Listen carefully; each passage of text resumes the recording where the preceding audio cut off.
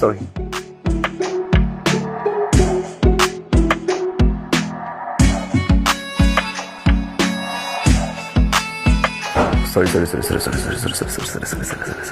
আয় আপনি ঘুরেন, আমার দিকে ঘুরেন, ঘুরেন ঘুরেন। আগে বলেন ড্রেস চেঞ্জ করছেন কিনা? হ্যাঁ।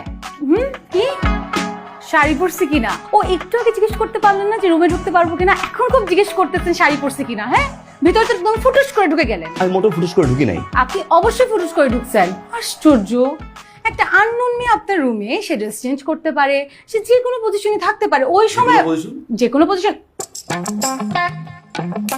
আপনার রুমে ঢোকার আগে আপনি একটা কাশি দিয়ে তো আসতে পারেন নাকি? ও মানে আমার রুমে আমি ঢুকবো, হ্যাঁ কাশি দিয়ে ঢুকবো? অবশ্যই আপনি একটা কাশি দিয়ে তারপর ঢুকবেন, বিকজ এখানে একটা আননোন মানুষ আছে। আমার মাকে কি বলতাম? মাকে কি বলবেন যে যে বলতাম যে আমার বউ ড্রেস চেঞ্জ করছে, এজন্য কাশি দিয়ে ঢুকতে হয়, কারণ সে আমার বউ না, রিয়েলি না। Sorry sorry sorry sorry sorry sorry sorry sorry sorry, এটা তো সম্ভব না, সরি। আচ্ছা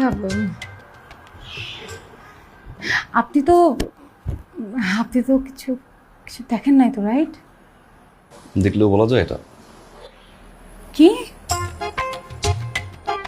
না, আমি আমার কাছের জিনিস খুব দেখতে পাই না, এটা ছোটবেলা থেকে আমার চোখের প্রবলেম আর কি। আচ্ছা আচ্ছা, গ্রেট, ওকে।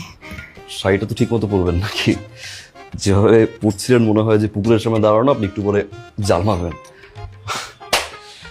আমি আসলে শাড়ি পরতে পারি না তো, মানে আমি তো ইউজ টু না আসলে, তাই মনে হয়েছে যে কিভাবে বিয়া মাইনসে করে কি জামারি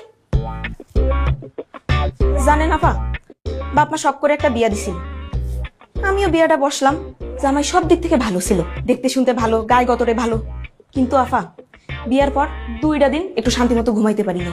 জামাই ঘুমের মধ্যে হাঁটে, সে একটু একটু হাঁটা না, এই বাড়ি সেই বাড়ি, মাইলকে মাইল শুধু হাঁটে, সেজন্য এমনি এমনি এমনি এমনি কি হাঁটায়। পরে খোঁজ নিয়ে জানতে পারি তার নাকি এটা জন্মগত রোগ, তার আগে 3টা বিয়া ভেঙে গেছে, আমি নাকি 4 নাম্বার বউ। আমিও দিছি সাইডা, 1 তালাক 2 তালাক 3 তালাক 22 তালাক। আচ্ছা আচ্ছা, একদম একদম ঠিক আছে, একদম ভালো করেছো। হাঁটায় হাঁটায়। আফা, হ্যাঁ এটা কি? এটা তো সিগারেট। হ্যাঁ, তোমার ওই যে ভাইজান তো সিগারেট খায় না? না, যে তোমার ভাইজানের।